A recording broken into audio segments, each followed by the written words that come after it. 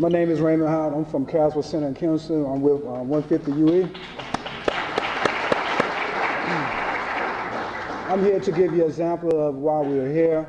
The first thing I would like to address is, and has already been stated, understaffing. It kind of reminds me of the manufacturing mode the health system is going to. We're asking you to do more with less.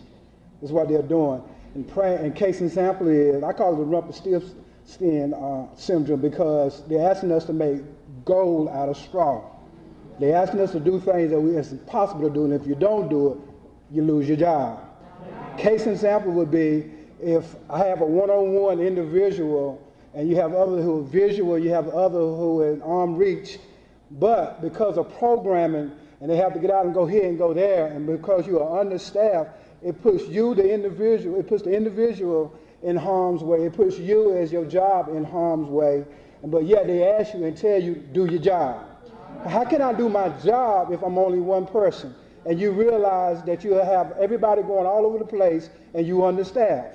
And that's what I call the Rumpelstiltskin syndrome, because for the simple fact, I can only be in one place at one time. And when I come to let you know you are endangering my job, the only thing you can tell me is either do your job or find another job. I feel like I don't have any rights. So we definitely need to build the rights.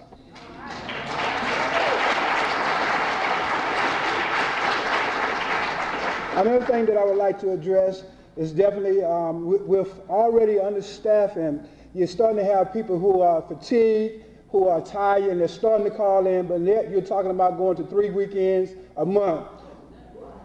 Oh yeah. We're already working you every other weekend, but that's not good enough. If you decide to be hired at a state facility now, we are actually asking you to do 3 weekends. Now imagine those who are already overworked doing 2 shifts now calling in. And God forbid if you're a good worker, because if we find out you're a good worker, we will use you to death. And that's what happens. Yeah. And our number one concern is for the individual.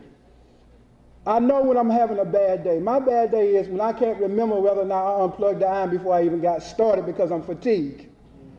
How can I be a good staff to that individual who this is where this person lives, he's counting on me to come in and have a smile on my face to address this person and to make sure that his life is going smoothly when mine is all upside down because I have not had enough rest. I don't know, maybe it's me. Maybe it's me. But it's the problem that's going on. We know this. Also the state know this. The federal know this. They don't consider human health services important. So the first place we go to look the cut would be human services, because I don't consider that as important as I would front of I don't even want to be politician, but I'm thinking about that war.